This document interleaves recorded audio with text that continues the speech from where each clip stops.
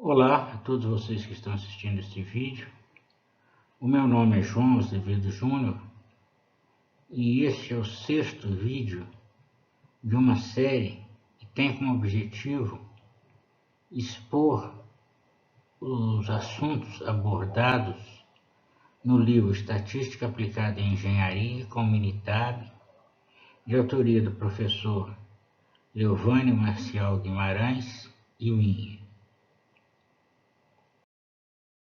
O livro é composto de 2 volumes e para mais informações entre no site da Amazon Brasil e faça uma busca pelo título completo.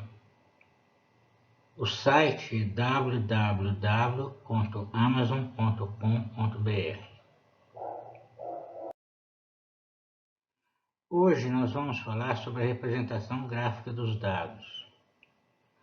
Talvez uma das primeiras ações que é realizada quando se inicia uma análise estatística é traçar um gráfico dos dados. Isso é importante porque nos permite saber como os dados estão distribuídos e nos sugere as condições sobre as quais devemos empreender a análise.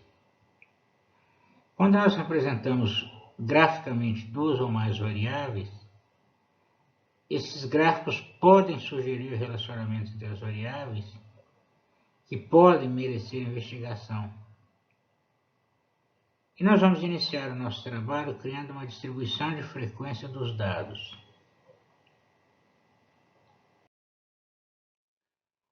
Uma distribuição de frequência é uma forma de resumir um conjunto de dados. Para fazer uma distribuição de frequência, eu verifico o intervalo de variação dos dados, divido aquele intervalo em n partes, que eu chamo de classes, cuja amplitude é um intervalo de classe. Eu ajusto esses intervalos de modo que inicie o primeiro intervalo com um valor abaixo do valor mínimo dos dados e uso uma amplitude tal que o último intervalo tem um limite superior maior que o valor máximo dos dados. Aí, definidas essas classes, eu conto quantos valores estão em cada classe. Isso chama-se frequência de classe. Então, eu tenho a distribuição de frequência, mostrando a frequência de valores em cada classe que eu defini.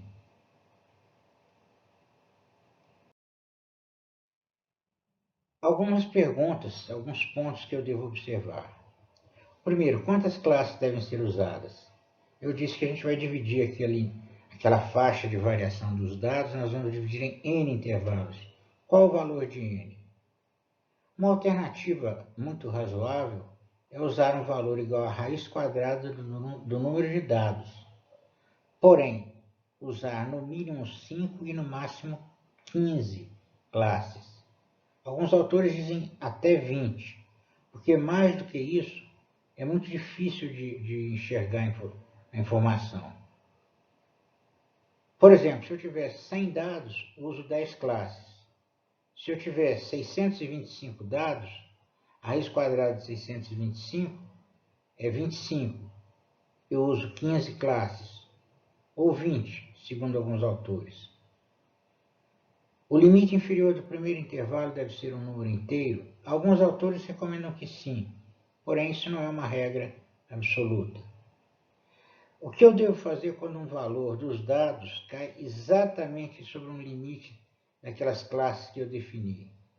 A recomendação é que ele seja incluído na classe mais alta, ou seja, as classes são definidas como o limite inferior é menor ou igual a x menor que o limite superior, onde x é um valor dos dados.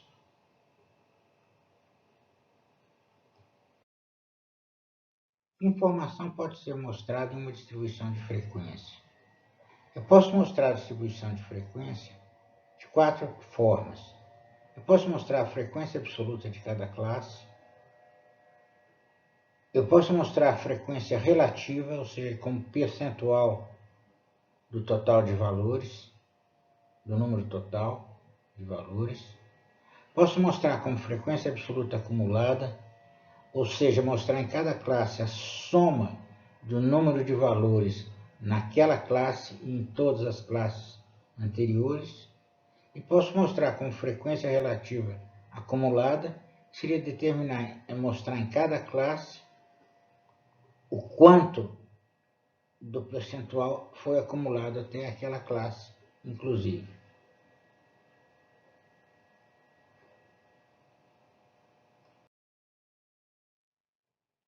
Vamos fazer um exemplo que vai ser o cálculo das frequências de classe para a variável x. Essa variável x foi fornecida para mim, está no meu worksheet do Minitab, dessa maneira mostrada no slide. Então, a primeira coisa que eu tenho que fazer é empilhar essas colunas numa única coluna, que será a variável x. Depois eu vou ordenar a variável x do menor para o maior valor, para facilitar a contagem dos valores em cada classe. E vou calcular as estatísticas descritivas para determinar as classes.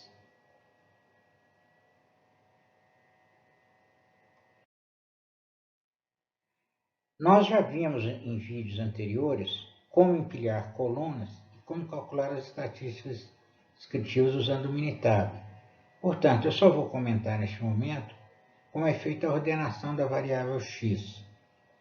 Então, eu faço o empilhamento, tenho a variável x e quero fazer a ordenação. Eu vou seguir a sequência de comandos mostrada neste slide. Menu Dados, opção Ordenar, aparece o painel Ordenar, selecionar a coluna que vai ser usada para ordenação, quais as colunas que vão ser ordenadas e onde vão ser armazenadas as colunas ordenadas.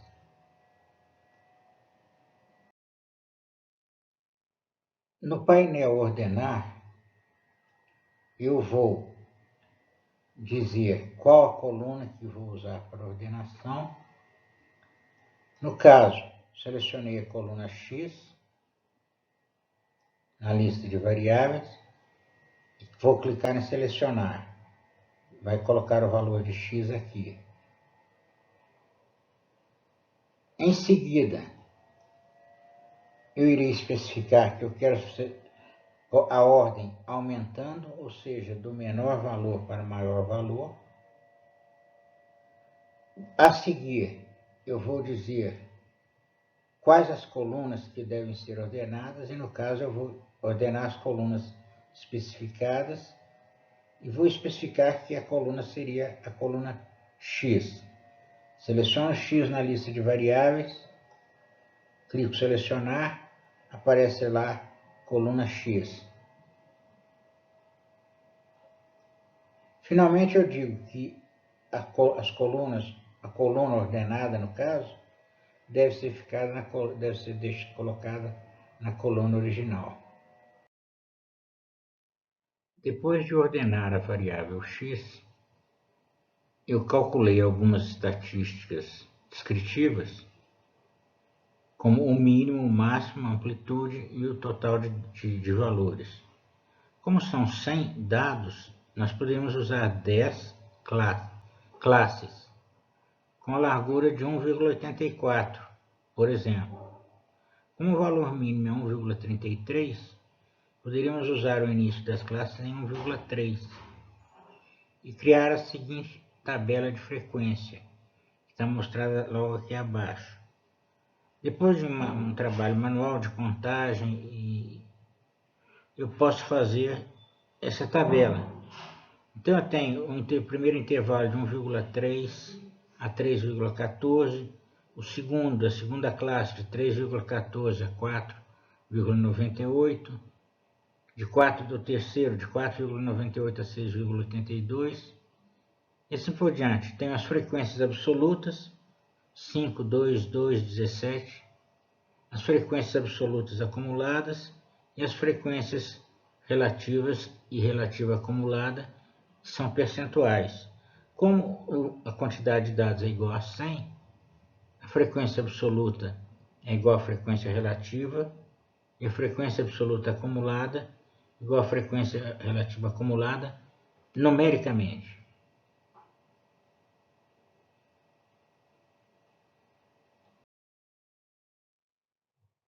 O histograma. O que é o histograma e para que ele serve? Um histograma é a representação gráfica de uma distribuição de frequências, na forma de um gráfico de barras. Assim como a distribuição de frequências, o histograma pode mostrar frequência absoluta, frequência relativa, frequência absoluta acumulada ou frequência relativa acumulada. A grande utilidade de um histograma é que ele fornece uma representação visual imediata da forma como os dados estão distribuídos. Esta informação é importantíssima, pois ela fornece indicações para decidir se tal ou qual método estatístico pode ser aplicado, qual o tamanho da amostra mínimo necessário, qual o tamanho da amostra mínimo necessário para fazer inferências válidas sobre a população, etc. Pela maneira como nós estamos trabalhando, eu tenho duas opções agora. Eu posso decidir construir um histograma seguindo as regras heurísticas mencionadas anteriormente, de modo a definir o número e a amplitude dos intervalos na minha descrição. Na realidade, eu já fiz uma tabela de frequências manual, que ali há 2 charts anteriores, né? E a outra opção que eu tenho é, em vez de usar essa tabela que eu construí, simplesmente deixar que o Minitab faça da maneira como ele está programado para fazer. Vocês viram que construir a tabela de frequências por minha conta deu um trabalho razoável. Então, a não ser que eu tenha uma situação muito especial, é melhor deixar que o próprio Minitab faça. Então, apenas como exemplo, eu mostro no próximo slide o histograma construído com aquela tabela que foi feita manualmente, e depois um histograma que o Minitab faz usando os critérios que ele tem internamente.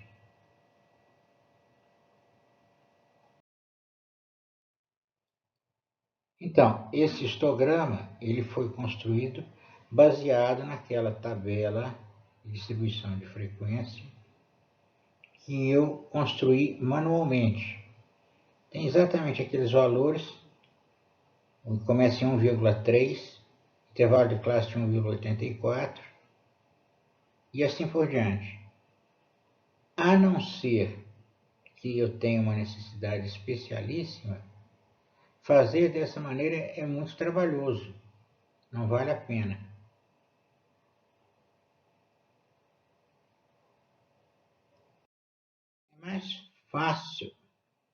É mais fácil que eu deixar que o Minitab faça o histograma para mim, usando a heurística que ele tem embutida.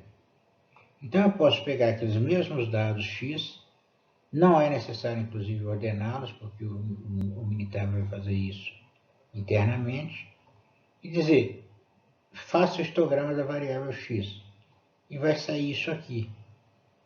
E o significado dos dois histogramas é basicamente o mesmo. A informação que é transmitida pelos histogramas é exatamente a mesma. Então essa é uma alternativa muito mais prática. Deixe o Minitab fazer o histograma para você, a não ser que você tenha uma necessidade especialíssima.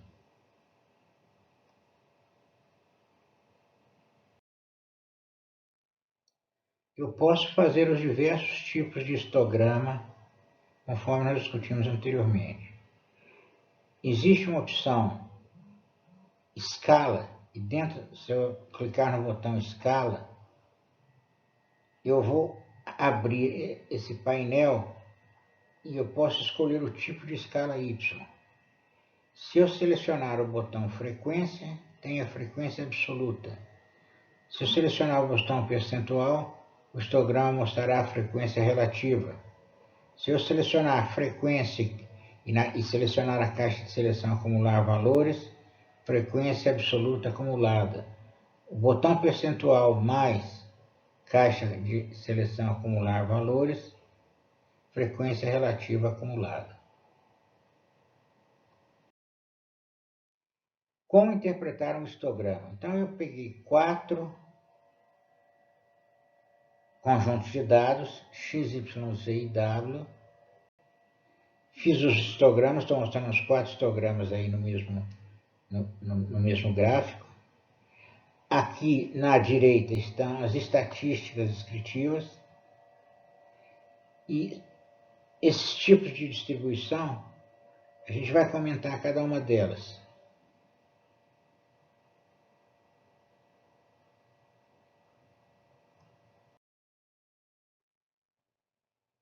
O histograma da variável x mostra uma distribuição aproximadamente simétrica.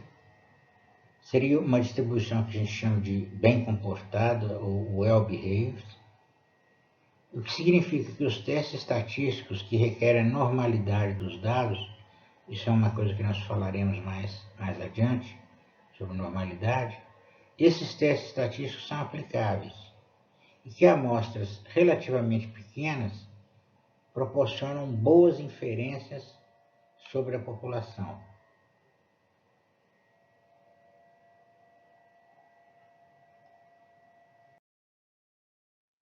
Já o histograma da variável y está deslocado para a esquerda. Isso aí chama-se também de distribuição assimétrica à direita. A maior parte dos valores se concentra aqui na esquerda. Essa distribuição é problemática usar essa distribuição quando o método requer a normalidade. E para fazer inferências razoáveis, preciso de amostras grandes, pelo menos 30 ou mais elementos na amostra, para que eu possa fazer inferências sobre a população.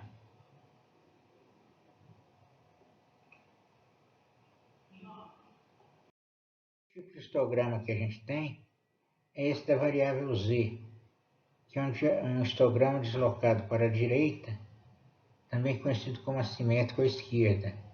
Da mesma forma, é problemático usar essa distribuição quando se requer a normalidade, e para fazer inferências razoáveis sobre a população, eu preciso de amostras com 30 ou mais elementos.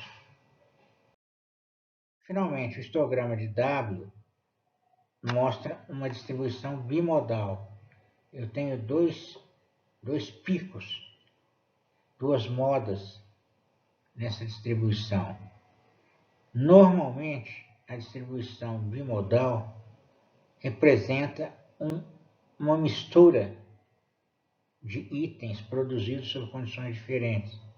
Por exemplo, itens produzidos por máquinas que foram ajustadas de maneira diferente, itens produzidos por máquinas ou por operadores que receberam treinamentos diferentes sobre o processo. Então, normalmente, uma distribuição bimodal na saída de um processo significa que alguma coisa não está certa naquele processo.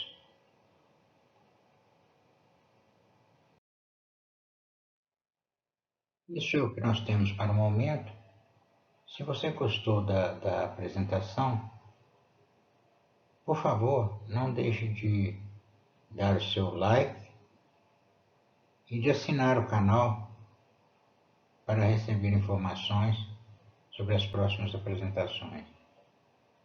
Muito obrigado e até a próxima.